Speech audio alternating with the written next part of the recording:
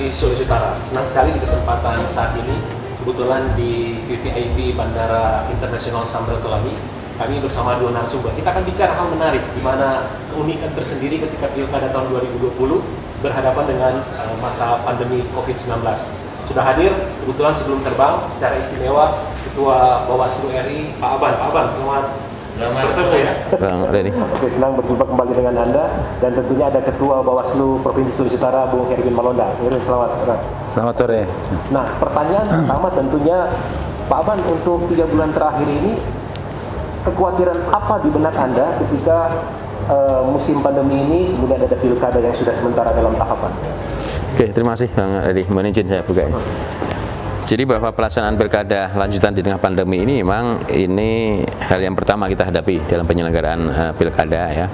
Tentu ada syarat yang pokok menurut kami ketika pelaksanaan tahapan ini dilanjutkan, adalah soal bagaimana penerapan protokol kesehatan pencegahan COVID ini harus dilaksanakan secara maksimal, seoptimal. Artinya harus ada kepatuhan dan ketaatan semua pihak, baik penyelenggara, peserta masyarakat, untuk mematuhi protokol kesehatan pencegahan COVID ini. Karena apa? Kita tentu tidak berharap nanti menimbulkan klaster baru penyebaran COVID, penularan COVID ya di klaster pilkada, baik di penyelenggara maupun di peserta maupun di masyarakat. Tapi ya. ngomong-ngomong soal penyelenggara, untuk penyelenggara Bawaslu tanah air sudah ada yang positif? Ya. Terdata? Di data kami memang beberapa daerah ada yang sudah kami lakukan swab ya, kemudian dinyatakan positif ya. Sudah ada ya? Ada di tingkat provinsi juga ada, kabupaten kota ada, bahkan sampai di tingkat desa kelurahan. Ya. Tetapi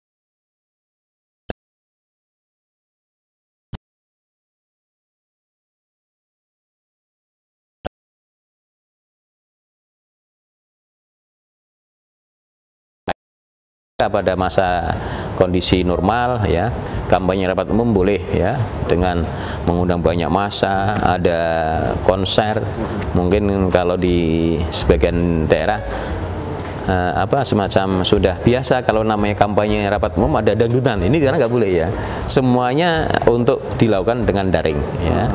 Memang ada satu hal yang masih bisa, bentuk-bentuk kampanye yang bisa mengundang massa, yaitu pertemuan tatap muka atau pertemuan terbatas, dan itu pun sangat dibatasi dengan 50 peserta ya. Saya kira ini hal baru, dan tentu kami sekali lagi strategi pencegahan dalam konteks untuk bagaimana agar tidak terjadi pelanggaran secara masif, baik pelanggaran yang tadi soal protokol kesehatan maupun pelanggaran-pelanggaran yang elektoral tadi, misalnya jangan sampai ada soal money politik, ada politisasi SARA, ada ujaran kebencian, ya, ada pelanggaran-pelanggaran lainnya misalnya netralitas ASN dan sebagainya, ya.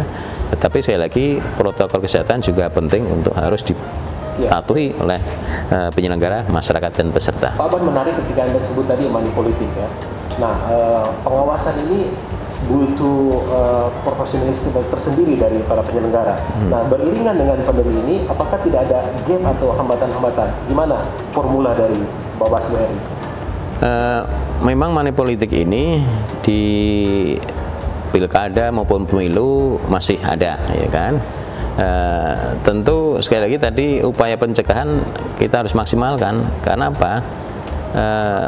Lebih baik kita mencegah agar tidak terjadi pelanggaran-pelanggaran tadi misalnya money politik. Karena apa? Bahwa sanksi money politik ini di Undang-Undang Pilkada tegas, ya. Baik pemberi maupun penerima kalau terbukti bisa kena sanksi hukuman pidana penjara. Bahkan kalau ini dilakukan oleh pasangan calon tim kampanye dan memenuhi unsur TSM, terstruktur, sistematis dan masif, kami bisa memberikan putusan sampai diskualifikasi pasangan calon. Nah, inilah saya kira warning kami kepada peserta dan masyarakat untuk tidak melakukan politik uang, ya, karena ini mencederai demokrasi. Oke, ya. Baik. Bung Herwin, ini menarik ketika ada loncatan ataupun kecepatan dari penyelenggara di provinsi untuk melakukan tugas dari Bawaslu. Tapi sebelumnya gimana koordinasi dengan penyelenggara dalam hal ini KPU dengan Bawaslu provinsi, seperti apa sinergitasnya? Bawaslu dan KPU kan adalah mitra kerja. Ya. Walaupun juga Bawaslu juga mengawasi apa yang dilakukan oleh teman-teman KPU. Kita sih sebenarnya kan pertama, baik dari sisi teknis, kita berkoordinasi terkait dengan pemahaman dari regulasi itu. Jangan sampai ada interpretasi yang berbeda antara KPU dan Bawaslu. Sambil juga kita mengingatkan bahwa Bawaslu sebenarnya akan membantu tugas KPU dengan konsep mengoreksi apa yang dilakukan oleh teman-teman KPU. Koreksi ini memang sangat membantu proses penyelenggaraan pemilihan agar supaya terwujud pilkada yang berintegritas dan bermartabat. Nah, dalam pertemuan-pertemuan kita sih punya grup WA tersendiri dengan KPU, baik kami dengan KPU provinsi maupun seluruh KPU kabupaten kota satu kali, supaya nanti ada persoalan-persoalan yang kemungkinan bisa timbul, itu kita bisa eliminir, termasuk jadi pemahaman bersama terkait regulasi. Tapi sejauh ini terjalin bagus, ya, karena kita berhadapan dengan persoalan besar, ya, pandemi. Dari situ sih ada ini, tapi kan kalau sekali lagi kan tanpa mengurangi peran Bawaslu. Kalau ada kekeliruan atau ada dugaan pelanggaran, tetap kita melakukan tugas mengawasi, memberikan rekomendasi kepada KPU apa yang sebenarnya harus dilakukan sesuai ketentuan peraturan perundangan. Oke, baik. Sebelum saya tanya soal indeks kerawanan pilkada, saya akan konfirm dengan Ketua Bawaslu RI, Pak Aban. Ini perubahannya, karena ini di Sulawesi Utara, Tomohon, Manado, dan Minahasa Utara ini masuk pada indeks kerawanan yang cukup parah. Sejauh ini gimana? Ada perubahan? Kebetulan Anda sudah turun, ya? Iya. Jalan-jalan ke Minahasa Utara barangkali atau ke... Ya, jadi bahwa indeks kerawanan pilkada ini adalah bagian dari upaya pencegahan kami. Jadi sebagai early warning, ya. Artinya seluruh stakeholder ketika melihat daerahnya kami petakan sebagai daerah yang rawan tinggi, maka harus bersama-sama kita antisipasi agar yang punya potensi kerawanan tinggi itu tidak terjadi, gitu kan. Itu yang fungsi dari IKP yang kami sebut sebagai early warning.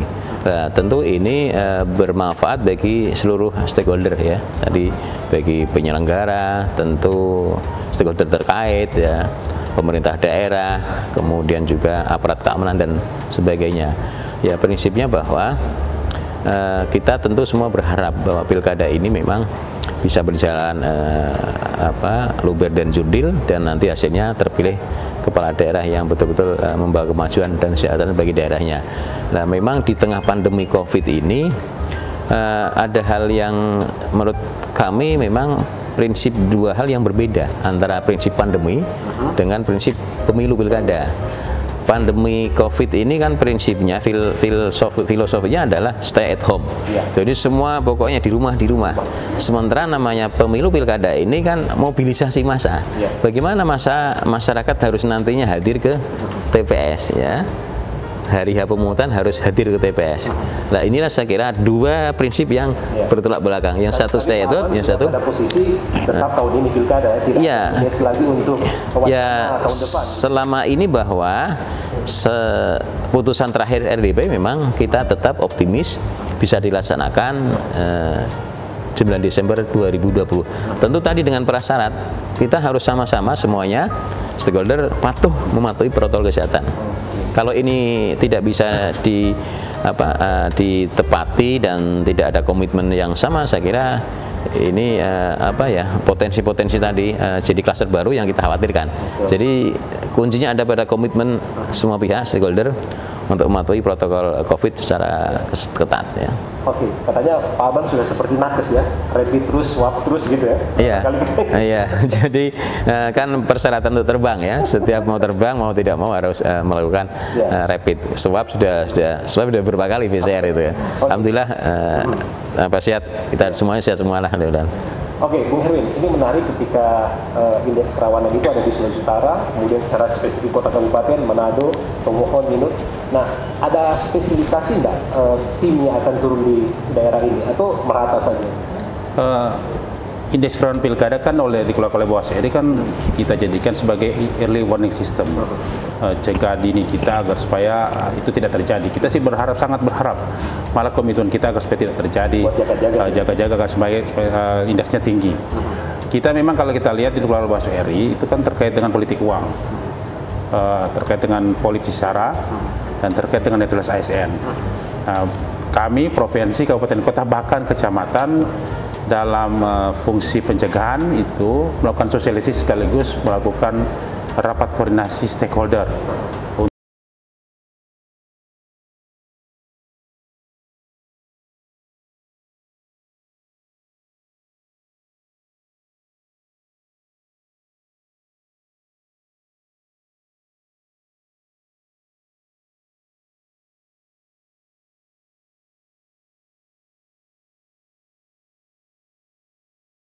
Terjadi terkait politik uang dan sebagainya.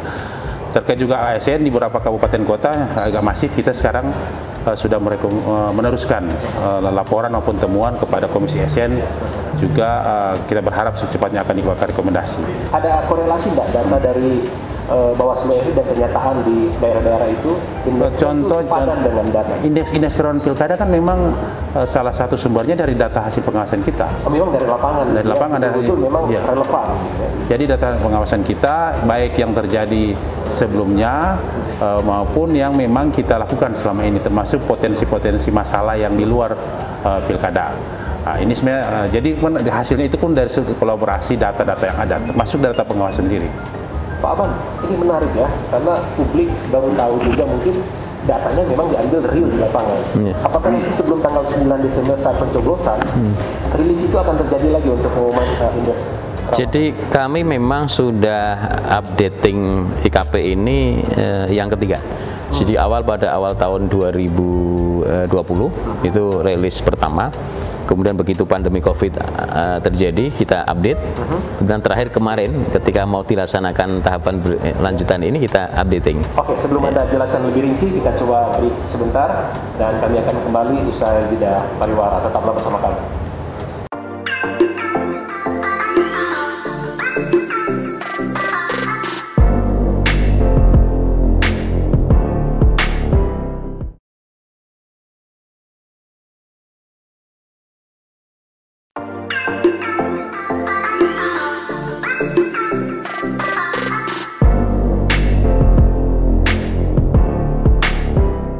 Oke, terima kasih pemirsa Metro TV yang ada di Sulawesi Utara. Saya masih bersama tamu istimewa, Ketua Bawaslu RI Pak Aban dan Ketua Bawaslu Provinsi Sulawesi Utara dengan Ferry Malonda. Oke, ini menarik ketika indeks kerawanan pilkada, karena kan kecemasan pandemi musim COVID ini diharap juga dengan kerawanan pilkada. Pak Aban bisa jelaskan secara rinci. Ada rilis lagi ya? Jadi seperti tadi kami sampaikan bahwa IKP ini sudah 3 kali ya kita launching. Pertama tahun 2020, kemudian ketika ada pandemi, kemudian kemarin ketika tahapan dilanjutkan ini yang ketiga kalinya. Tentu kita akan update terus ya. Mudah-mudahan nanti rencana memang sebelum pemungutan juga ada updating terkait dengan perkembangan situasi terakhir gitu kan soal indeks kerawanan ini. Ya karena bahwa ini penting untuk bagaimana bagi Bawaslu tentu ini untuk strategi pencegahannya ya. Jangan sampai misalnya daerah yang kita petakan rawan itu tidak terjadi seperti itu. Ya seperti tadi Mas Heru disampaikan bahwa ini datanya memang dari kawan-kawan kami di daerah. Jadi bukan kemudian sampling, tapi memang semua di 270 daerah itu data dari bawah ya. Dan data itu bukan hanya dari Bawaslu saja, tapi stakeholder lain tetap kita minta data, wawancara dan sebagainya. Jadi saya kira ini datanya valid karena bukan sekedar sampling, tapi memang langsung per daerah ada data yang kita himpun dan kita menggunakan metode yang saya kira bisa kita pertanggungjawabkan. Nah, lebih luas lagi bagaimana sinergitas dengan pihak KPU tapi juga dengan yang namanya Gakumdu. Sejauh ini kolaborasi dengan kepolisian dan kejaksaan seperti apa? Pelaksanaan di tengah pandemi ini tidak hanya sinergitas dengan aparat penegak hukum tapi juga dengan instansi lain. Satu contoh bahwa kami saat ini juga membentuk semacam Pokja yang kami namakan Pokja Pencegahan dan Penanganan Pelanggaran Protokol Kesehatan COVID itu yang sebelum nggak ada. Yang ini beranggotakan ya dari TNI, Polri, tentu penyelenggara itu sendiri. Di pusat ada KPU dan ada DKPP. Kemudian di daerah ya tadi TNI Polda, TNI, kemudian juga Satgas COVID gitu kan. Dan Satgas COVID, Kejaksaan juga ya. Dan ini melibatkan sampai struktur di tingkat bawah ya. Kecamatan pun kami untuk dibuat Pokja ini di kecamatan ada Polsek dan ada Danrem misalnya dan Koramil dan sebagainya dan juga Terantip. Dalam konteks untuk bagaimana sama-sama melakukan upaya pencegahan terkait dengan jangan sampai ini COVID ini, Corona ini klaster baru di pilkada. Jadi pentingnya adalah terutama pencegahan. Saya kira itu penting karena apa? Ini beda dengan penanganan pelanggaran pada pelanggaran yang umumnya dalam pilkada.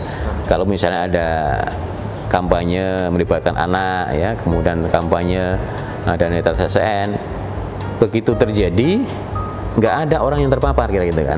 Tapi kalau ini begitu sampai terjadi ada kerumunan, ini asumsinya sekian ratus orang terpapar COVID kira-kira itu kan. Nah ini maka upaya pencegahan yang harus dilakukan. Maka tadi kerja bareng lah dengan Pokja ini dalam rangka untuk bisa mencegah sekali lagi agar tidak terjadi potensi kerumunan di dalam tahapan-tahapan pilkada ini. Oke.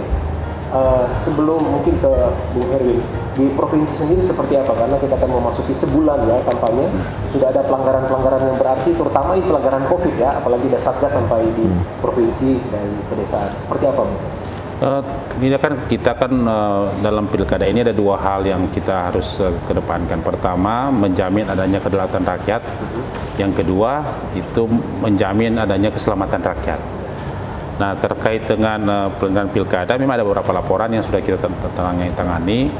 Tapi pada umumnya itu, kalau laporan dari kabupaten kota juga kami tangani sendiri. Itu pertama terkait netralitas ASN. Netralitas ASN yang memang terbukti bahwa mereka melakukan perbuatan-perbuatan yang tidak netral. Termasuk memang ada beberapa yang kita sementara proses dengan pelanggaran-pelanggaran lainnya. Tapi yang paling besar sekarang sebenarnya karena masa kampanye, terkait dengan pelanggaran protokol COVID-19.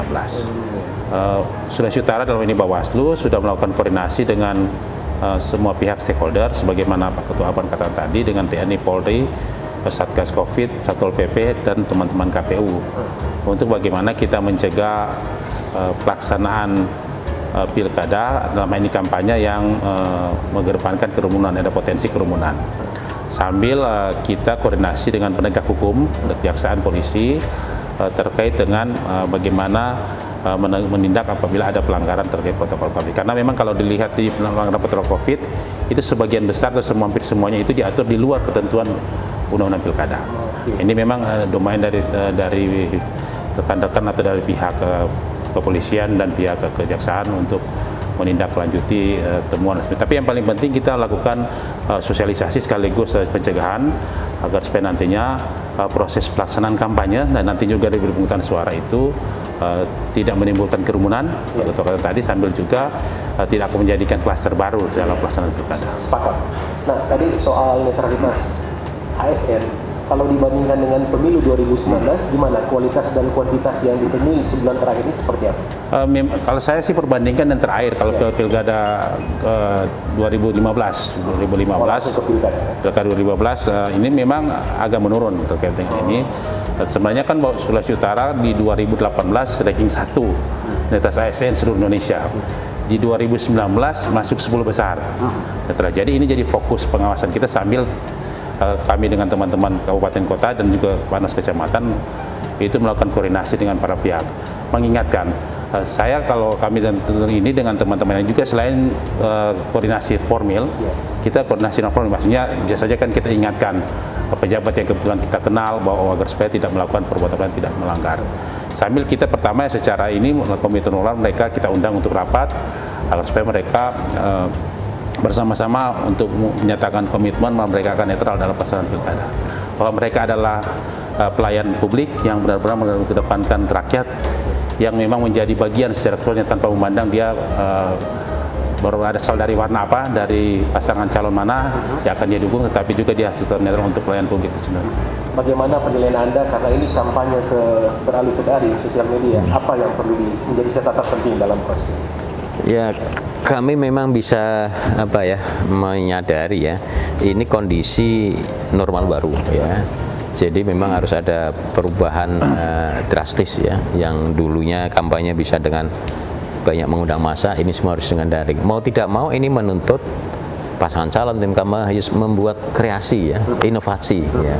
Apa yang bisa dilakukan untuk bisa menarik konstituen, bisa menyampaikan visi misinya yang tentu nantinya pada akhirnya tadi bisa menarik simpati dari konstituen maupun calon pemilih ini. Sekali lagi ini kuncinya adalah tim kampanye pasangan calon juga harus banyak inovasi. Baik, di kesempatan yang berarti ini kita menutup, silakan Pak Ban. Oke, kami kira bahwa sukses penyelenggaraan pilkada khususnya di Sulut ini tidak hanya menjadi tanggung jawab penyelenggara KPU Bawaslu, tetapi butuh komitmen bersama stakeholder lain, peserta masyarakat untuk sama-sama komitmen menyelesaikan pilkada tahun 2020 dengan taat pada aturan di dalam aturan di pilkada ini. Bersama rakyat awasi pemilu pilkada, nanti kami Bawaslu akan menegakkan keadilan pilkada itu sendiri. Maka komitmen kami ini akan kami wujudkan dalam pengawasan itu sendiri dengan 3 fungsi utama: pencegahan, pengawasan, dan penindakan. Oke, terima kasih Pak. Terima kasih Mas Dedi. Yuk semuanya. Selamat terbang tentunya. Oke, Bung Herwin, Ketua Super. Terima kasih.